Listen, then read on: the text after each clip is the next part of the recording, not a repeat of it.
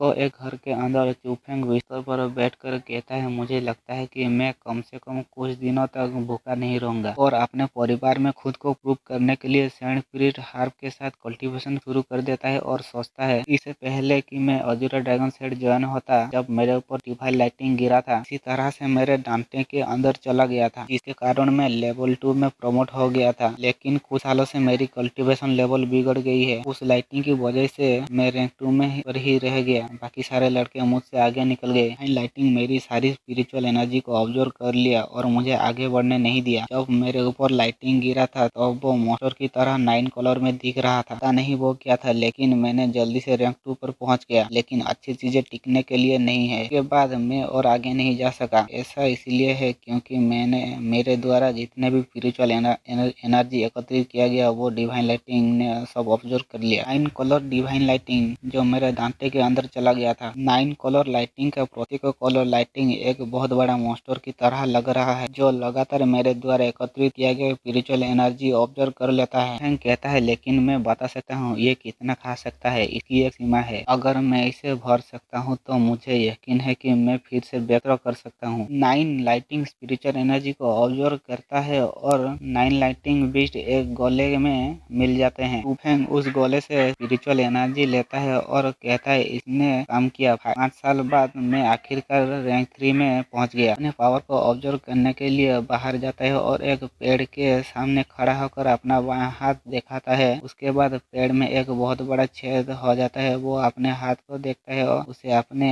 अंदर एक अलग सी पावर महसूस होता है और खुश हो जाता है। 10 दिन बाद अजूरा ड्रैगन सेट के एक बड़े से हॉल में बहुत सारे आउटडोर डिसेबल खड़े होते हैं। एक लड़का भीड़ के बीच आगे बढ़ रहा होता है और उसे देखकर एक लड़का कहता है, देखना वो लड़का यांगटियान जू है। एक लड़की कंफर्म करते हुए कहती है, वाओ ये वही है। और एक लड़का कहता है, वो पहले ही 10 फ्लोर स्पीड आर्म स्टेट में है, क्या जीनियस है। पहला लड़का कहता है, यहाँ उसके साथ हम फर्स्ट प्लेस नहीं जीत पाएंगे। दूसरा लड़का कहता है, हमें इसकी आवश्यकता नहीं, भले ही वो एक जीनियस है, वो सिर्फ एक बच्चा है। वान जुआंग को वहाँ देखो, वो यहाँ पहले से ही 6 साल से है। बहुत सिर्फ एक एवरेज स्टूपिड है, लेकिन कुछ महीने पहले उसने अचानक कोई इनर स्टूडेंट को हराया और कोई शुरुआत में मजबूत नहीं होता। शायद तुम भी छिपने में एक और लेजेंड हो। पहला लड़का कहता है, क्या आप ताकि कुछ भी मतलब नहीं। चुफेन सोचता है, ऐसा लगता है कि यांगटियान जू और डुआन जुआन इस बार मेरे ओपोनेंट हो गए। आउटर रिंग एल्डर सारे स्टूडेंट को चुप रहने के लिए कहते हैं। तभी स्टेज के ऊपर एल्डर शुरू आ जाते हैं। बहुत सारे स्टूडेंट कहते हैं, क्या वो इंटीरियर एल्डर है, वो यहाँ क्यों है। चुफेंग सोचता है, 10 साल की उम्र में उन्होंने इंटीरियर सेट में प्रवेश किया, 12 साल की उम्र में इंटीरियर सेट, फिर 15 साल में उसमें कोर प्रवेश किया। वो एक जीनियर स्तर से परे है। एल्डर शुरू कहती है, इंटीरियर सेट एडवांसमेंट में आपका स्वागत है। तुम बहुत सरल है, मेरे पीछे के दरवाजे से अंदर जाओगे, फिर अंत में एक माध्यम से बाहर निकलोगे, तब तुम पास हो जाओगे। एक लड़की कहती है, अगर ये इतना ही सरल है तो हर कोई एक इंटीरियर स्टूडेंट हो सकता है। एल्डर शुरू कहती है, बेशक आप जितना अंदर जाओगे पुरस्कार उतना ही